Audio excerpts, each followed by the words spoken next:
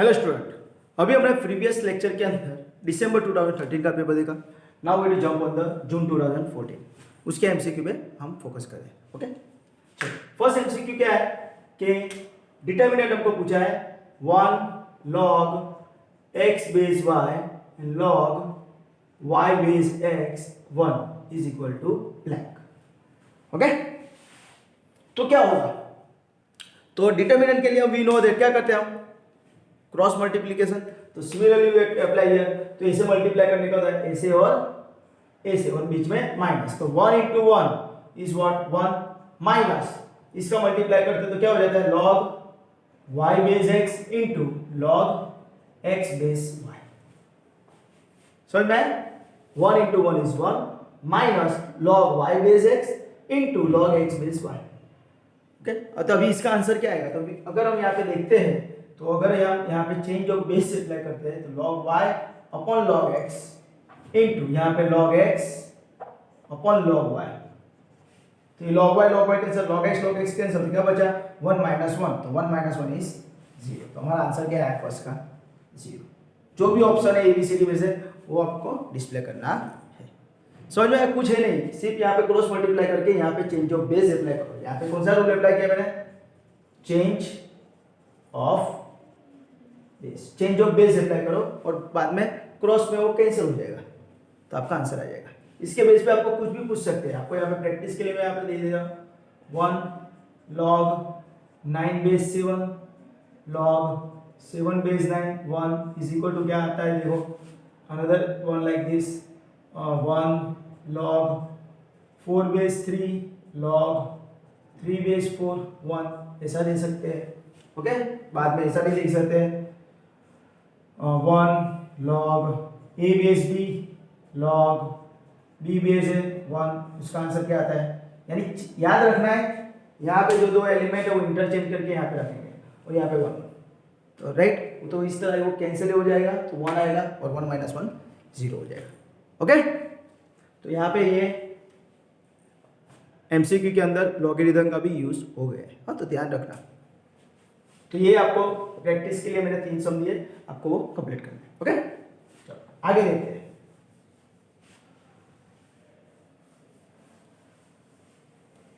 Second example like this, if a equal to -7 6 5 - 2 then a into I क्या है? तो आपको यहाँ पे a इंटू आई, तो a इज गिवन, तो व्हाट इज i? i बोले तो यूनिट मैट्रिक्स, याद रखना है। आई बोले तो यूनिट मैट्रिक्स। यहाँ पे कौन सा है मैट्रिक्स? 2/2। तो आई 2/2 क्या होगा? It is nothing but 1 0 0 1।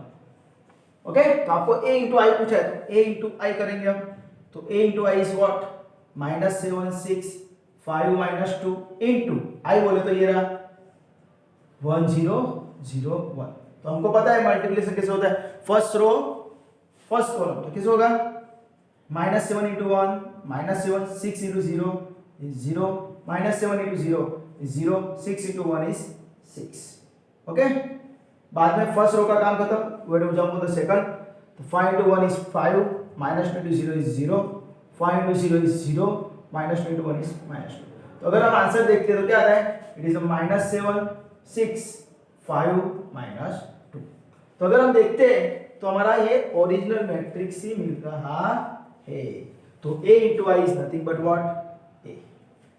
Okay, but यहाँ पे हमको एक बहुत इंपॉर्टेंट चीज याद रखनी है। क्या याद रखनी है? कि अगर हम किसी भी मैट्रिक्स को यूनिट मैट्रिक्स के साथ मल्टीप्लाई करते हैं तो हमको इटसेल्फ वही मैट्रिक्स मिलता है। आपको ऐसा भी पूछ सकते हैं कि a into I raise to 5, तो आई रेज टू 5 क्या होगा?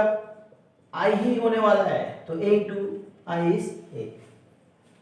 आपको कंफ्यूज करने के लिए पूछ सकते हैं, तो याद रखना है a into identity matrix itself. a into I करो, हाँ a इंटू आई करो या i इंटू a करो, हमको क्या मिलेगा?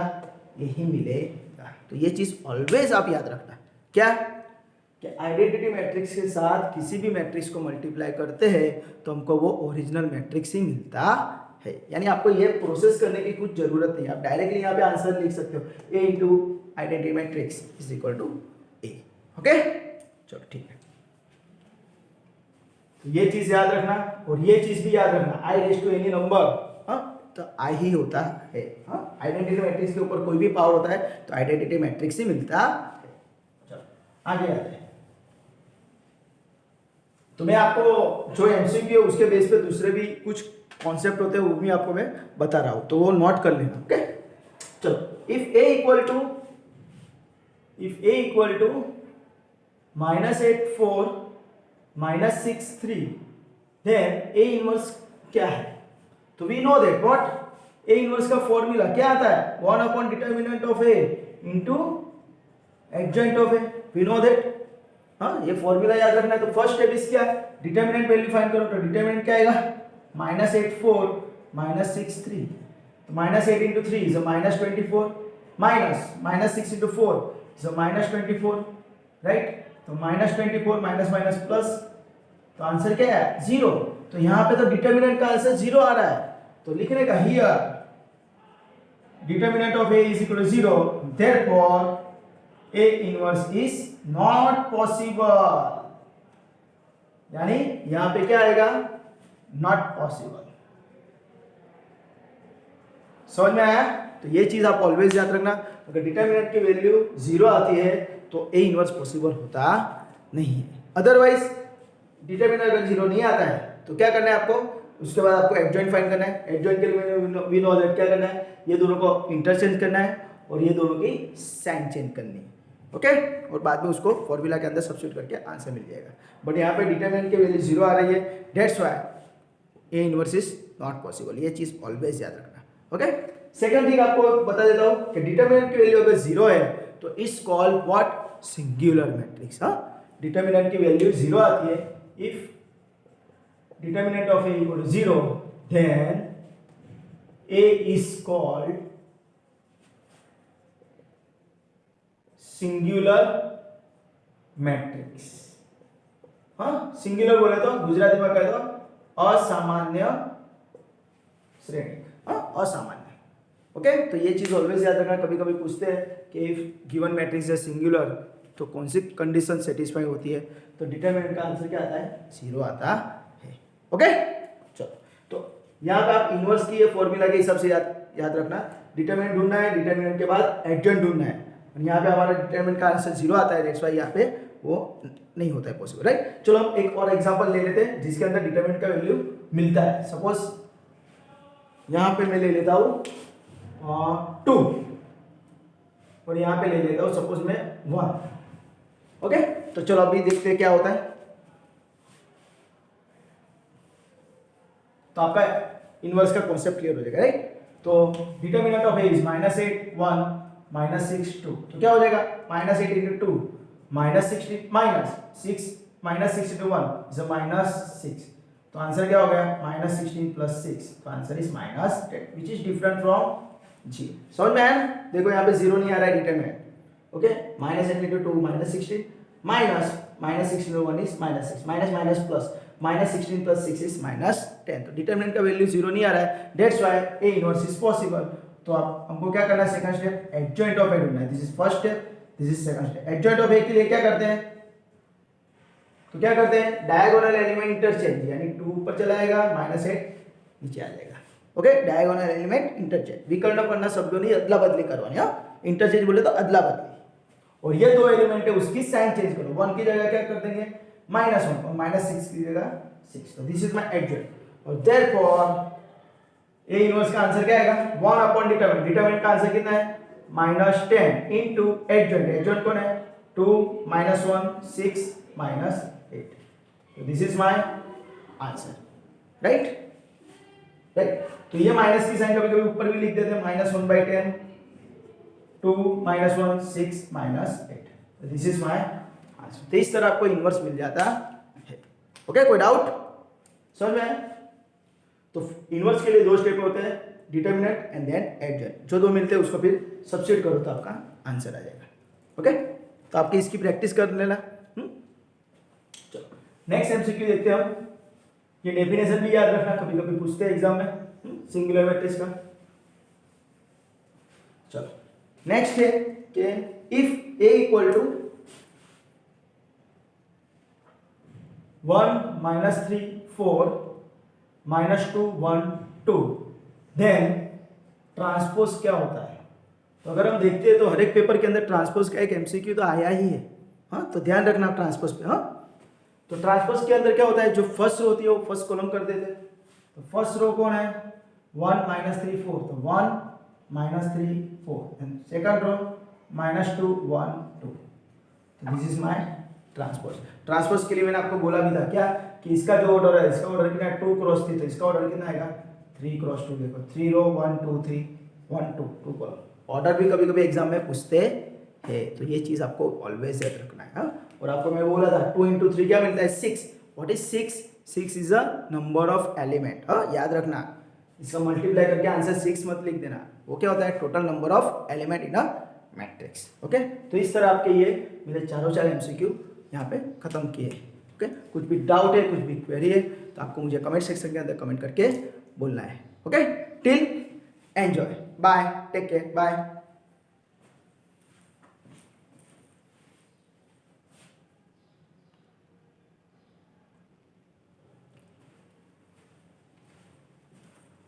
ओके स्टूडेंट, थोड़ा सा हम कंटिन्यू कर लेते हैं। 4 एमसीक्यू दिसंबर 2014 के चेक कर लेते हैं। तो क्या है first MCQ? If 3 8 so 3 minus 8 2 0 का डिटर्मिनेंट हमको पूछा है। हाँ, 2/2 का डिटर्मिनेंट हमको पूछा है। तो वी नो दैट डिटर्मिनेंट कैसे सोल्व करते हैं? Like cross multiplication, right? तो 3 into 0 0 minus 2 into minus 8 minus 16, minus minus plus यानी 0 प्लस 16 इज इक्वल टू 16। तो आंसर क्या है 16। ओके, ऑप्शन जो भी हो एबीसीडी में से जो भी हो लिख दे रहा। याद रखना यहाँ पे बहुत इंपॉर्टेंट चीज है। सपोज मैं लेता हूँ 1 3 माइनस 4 8। हाँ, तो क्रॉस मल्टीप्लाई स्टूडेंट क्या करते हैं? ऐसे क्रॉस करते हैं। हाँ, तो ऐसे नहीं करना है। 1 into 8 minus minus 4 into 3 minus 12। इसके अंदर गलती नहीं होनी चाहिए, ये बहुत जगह पे इसके यूज आता है। हाँ, तो आंसर क्या आ जाएगा 8 minus minus plus 12। 8 plus 12 is 20, right? Another एक एग्जांपल लेते हैं, -7 2 -4 1, right? -7 into 1 -7 minus 4 into 2 is -8। तो क्या हो जाएगा -7 प्लस 8, माइनस माइनस प्लस 8 में से 7 जाएगा, आंसर इज 1। ओके, तो 2/2 की आपकी प्रैक्टिस करनी चाहिए। इसका एमसीक्यू भी बहुत बार एग्जाम में पूछते हैं। ओके, चलो अनदर एग्जांपल लेते हैं। I2, right? I2 बोले तो अभी हमने देखा है आगे I2 I बोले तो आइडेंटिटी मैट्रिक्स। सॉरी I2 यानी इसको अभी हम ऐसा भी बोल सकते हैं I2/2, ऐसा भी बोल सकते हैं, राइट? ओनली I भी देते हैं, राइट? तो वो डिपेंड अपॉन द मैट्रिक्स। तो I2 का मतलब होता है 2 रो 2 कॉलम। तो I यानी आइडेंटिटी मैट्रिक्स। आइडेंटिटी मैट्रिक्स के अंदर क्या होता है? Diagonal element is 1 1 and remaining element is 0।